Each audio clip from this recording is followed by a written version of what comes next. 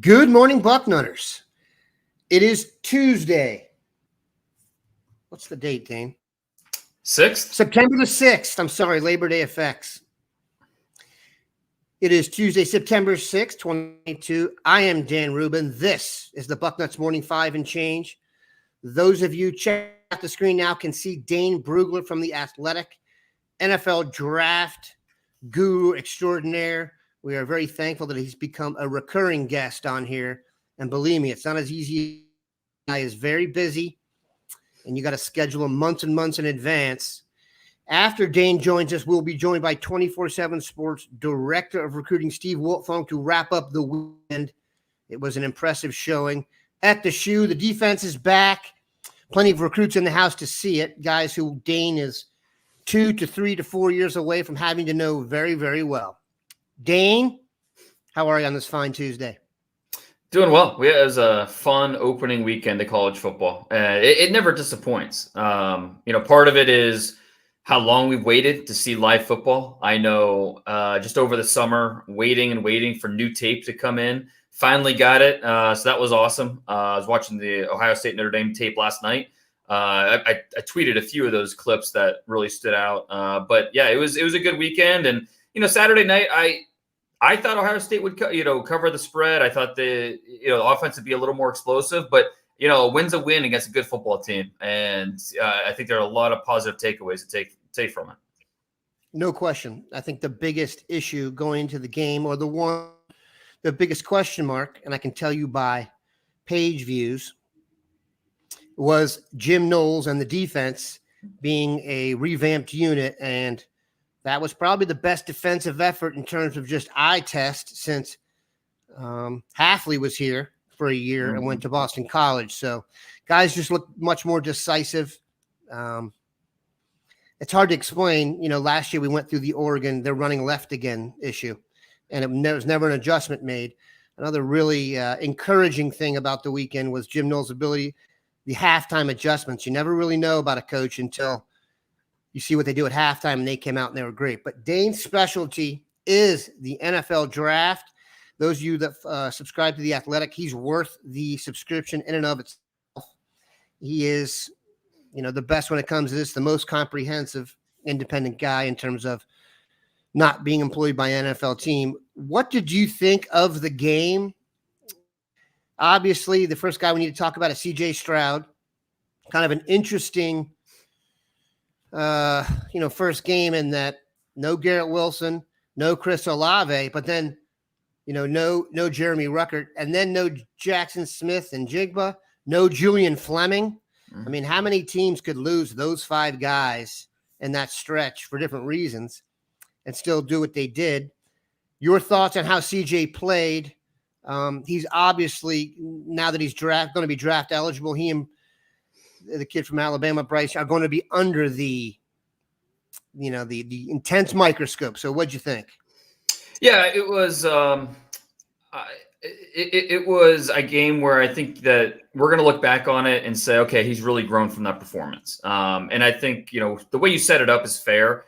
Losing the 10th and 11th overall picks at receiver, losing a 3rd round tight end, losing Jackson Smith and Jigba, who has a chance to be a 1st round pick. And the chemistry between those two players, Stroud and Smith and Jigba, is really, really impressive. We saw it in the Rose Bowl. Stroud calls Jackson literally the best route runner he's ever played with. And this is a guy that's played with Chris Olave and Garrett Wilson and some impressive players. So to lose that as early as they did, that obviously affected the offense and the rhythm of how they were calling plays and how they were executing. But at the same time, if you're going to be the number 1 overall pick, if you're going to be a top 5 pick, if you're going to be a 1st round quarterback, I need you to, work beyond that and, okay, next man up and still make plays. And even though it was off at times, he eventually did get there. I thought the timing was a little off at times. And that's, that's to be expected in an opener when you're playing a pretty good defense, a really sound defense. And, there's a lot on the line. You're missing your top receiver.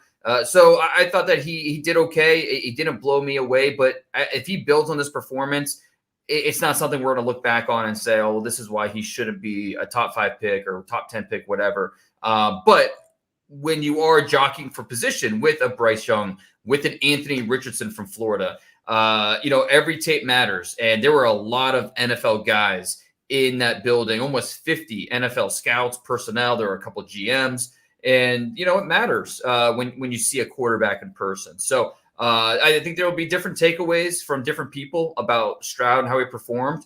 But, I thought he was solid. He didn't blow me away, but I don't think he necessarily hurt himself either.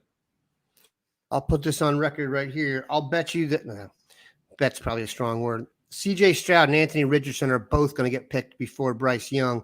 From what I saw this past weekend, it would not surprise me if Anthony Richardson's the first pick.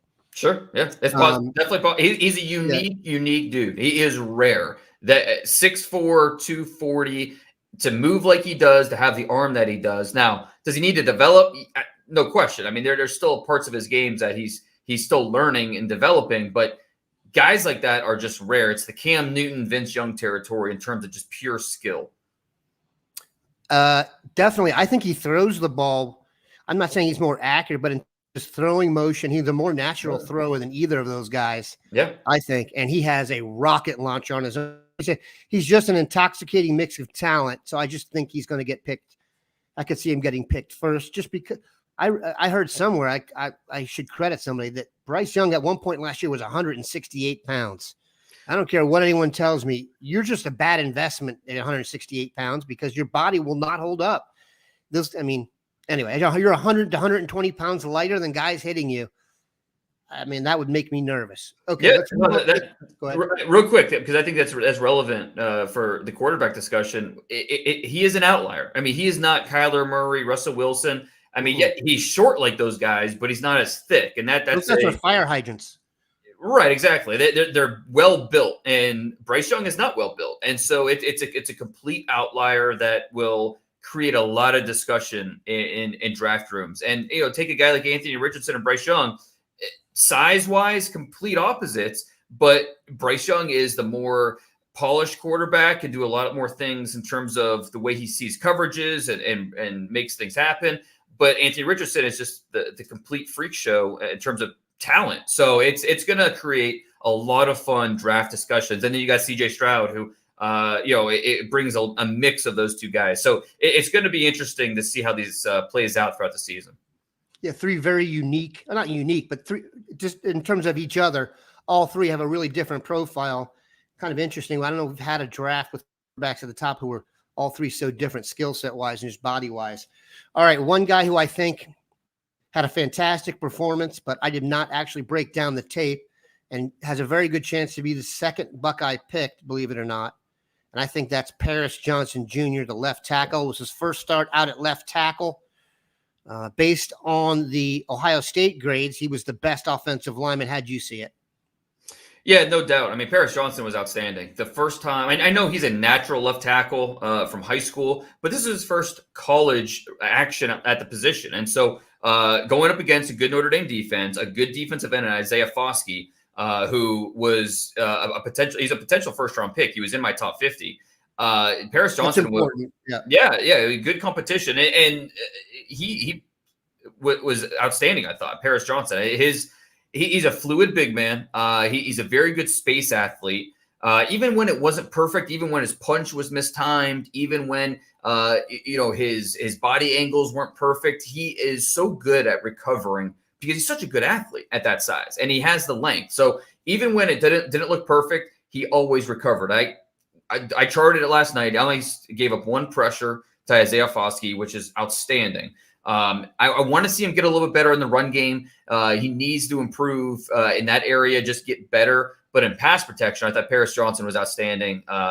There are times where he needs to sink to anchor, needs to protect versus inside moves. Those are things that I think will come with time and experience at the position. But Paris Johnson, this is a underwhelming offensive tackle class in terms of the draft.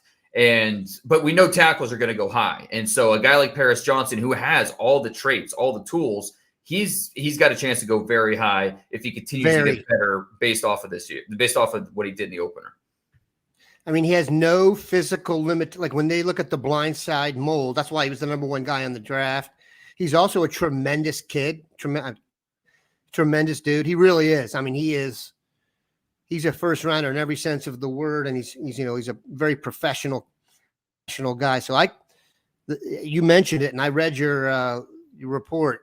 I'm not sure there's another left tackle out there with the upside he has in terms of like if you're projecting out. So almost like we said about Anthony Richardson, he's the kind of someone could really fall in love with, which is great. However, the right tackle, Dawand Jones, channeled his inner JB Shugarts, had 3 false start penalties. I thought it was some kind of pact for right tackles. Maybe not. Your thoughts on Dawand? Yeah, I thought he played well. Aside from those some of those mental mistakes, the guy is just so massive. I mean, you just don't see guys like that with that size. Officially, 6'8.5". He was 370 in the spring. He looks a little leaner now, maybe closer to 360, 350. So that'll be interesting to see exactly what his playing weight is. And there are times where just because he's so tall, rushers are able to get underneath him and can really bully him backwards and gets him leaning, and his body posture just leads to breakdowns. But his just pure size, the remarkable length that he has, he escorts rushers just wide of the pocket because he takes up so much room. And then in the run game, he has that length where he can cut off rushers or run defenders. He has the strength in his hands where he can take them where he wants. So Dawand Jones is a guy that it's not always going to look pretty. Sometimes it's going to be sloppy, but he has some of the size that it helps overcome for some of these deficiencies that he has, and it really helps. It helps him win matchups. And so there's going to be some losses, but he's going to be a guy that's being looked at in the top 4 rounds when it comes to draft time, because you just don't see guys with that combination of size, length, and ability. And so he's still getting better. This is a big year for him. He's no doubt a great investment. Great feet. Was a legitimate basketball player in the state of Indiana, which if anyone knows the state of Indiana, that's like saying a legitimate football player from Ohio. It's real basketball. All right, Dane. I rarely bust your blanks here often, but I did not agree with you in your draft project that had LSU receiver Kayshon Boutte rated ahead, if I pronounce that correctly, because I heard it pronounced several different ways, like he's the water boy or something. Yeah, I honestly, Boutte. Jackson, of course, Jackson only had a few plays before he got, and then I tuned in to the Florida State LSU game to watch Kayshon Boutte specific, and it was awful. It was awful. I don't know how else to say it. I mean, there were questions about the physical, but there are also questions to me about the mental after watching it. I know LSU, when it wasn't Joe Burrow, has been the place receivers go to put up terrible stats.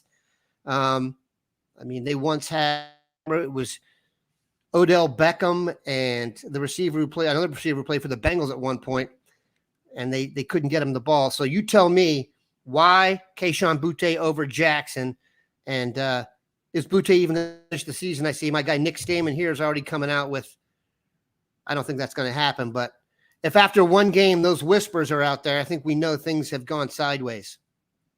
Well, yeah, obviously, if there's a element to this in terms of there were times where he just looked disinterested running routes. He wasn't going at full go against Florida State. It's a red flag, obviously, and that's something that will impact his draft grade based just on talent. I think Boutte is the better prospect. And I really like Jackson Smith-Njigba. I mean, he is as a route runner, his instincts for the position are really, really impressive. He's just not a top tier athlete, and that's something that he's going to run probably in the 4.5s. I watched tape of him last year where linebackers are chasing him down, and so that's just something that at the next level is something that will, be an issue. And that doesn't mean he's not going to be a good player. I think he will, because he's so good at the catch point. He's so good getting open because of his ability to manipulate coverages, understand what the defense is trying to do. The chemistry he's able to develop with his quarterbacks is really impressive. So I'm a big Jackson Smith-Njigba fan. I don't think that and this is, I have these talks with NFL scouts all the time, and they say the same thing, just not he's not on the same level as Garrett Wilson or Chris Olave in terms of being a top 15 type of prospect. Kayshon Boutte has the talent to be a top 15 prospect, but if you can't trust him, he's not going to go that high. So you never know. This could be a draft where we just don't see a receiver in the top 15 picks. But that doesn't mean that these guys aren't talented and won't have successful careers at the next level. We appreciate Dane stopping by. Ladies and gentlemen, you hear me speak hyperbolically about him consistently. He's the best in the business. And like I said, we are very thankful that he has become a recurring guest. Dane, thanks for stopping by, brother. Anytime. Take care, Dan. Dane Brugler would be enough for a show. Let's take a quick break and pay some bills, and we'll be back in 10 seconds with the Fong.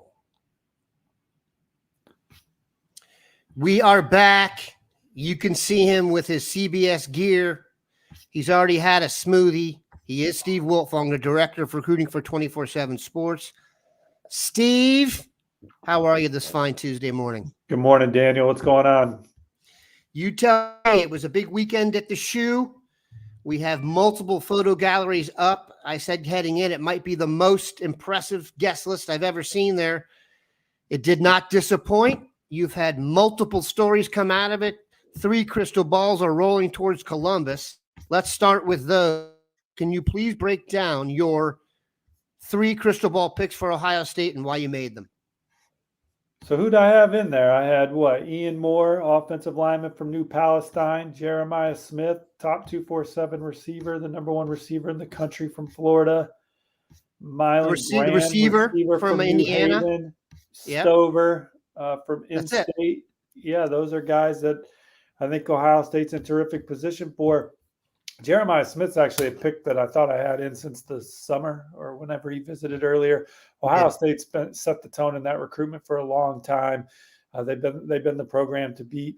Andrew Ivins, my colleague who has a show, Preps to Pros, covers the Sunshine State for us at 24/7 Sports, amongst other things. He's kind of been the leader on that one and saying that Ohio State's the one to beat for Jeremiah Smith. But I'm certainly hearing the same thing. I think that Ohio State has set the tone in that recruitment, from Brian Hartline to the offense to just his relationship with guys like Dylan Raiola. I think that the Buckeyes are in really good position with Jeremiah Smith.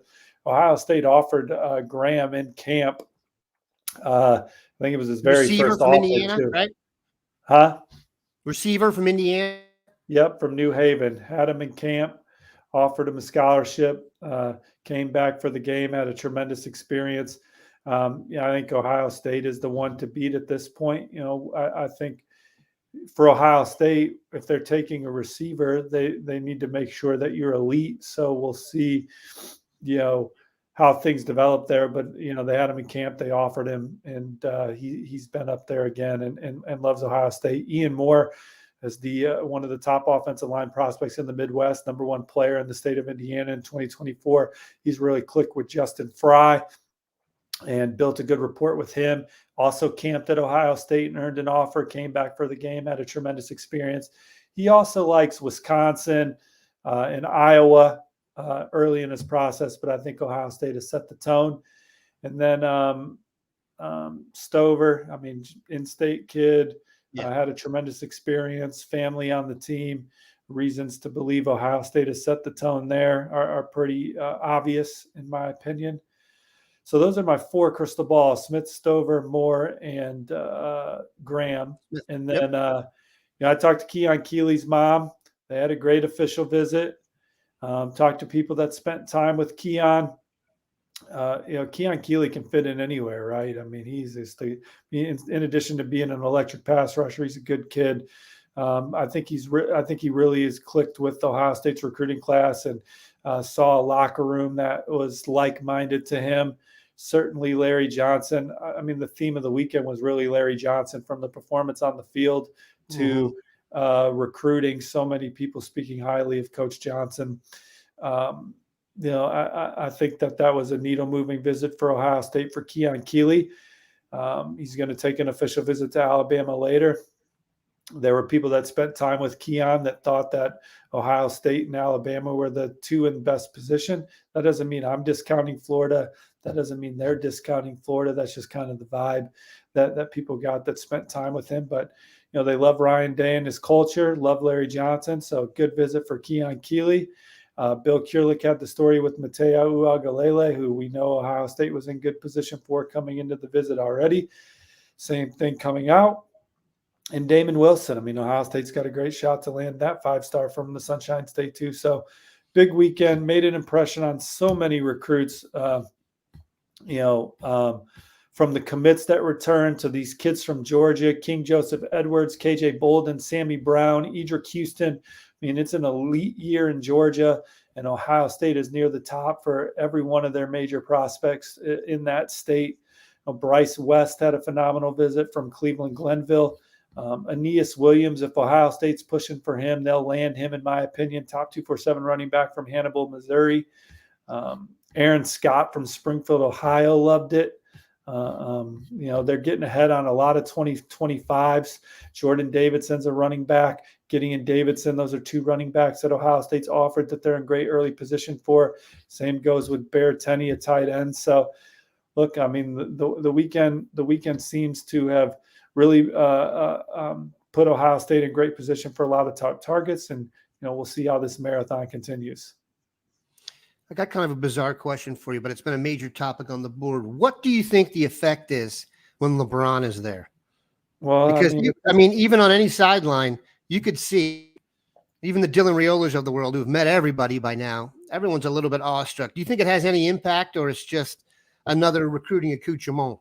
Well, you got famous people, and then you got billionaire famous people. That's just a whole nother level, right? And so, LeBron James is one of the most famous people in the world, not just in the country, but in the world. And so his presence adds to the aura and atmosphere of what's going on, right?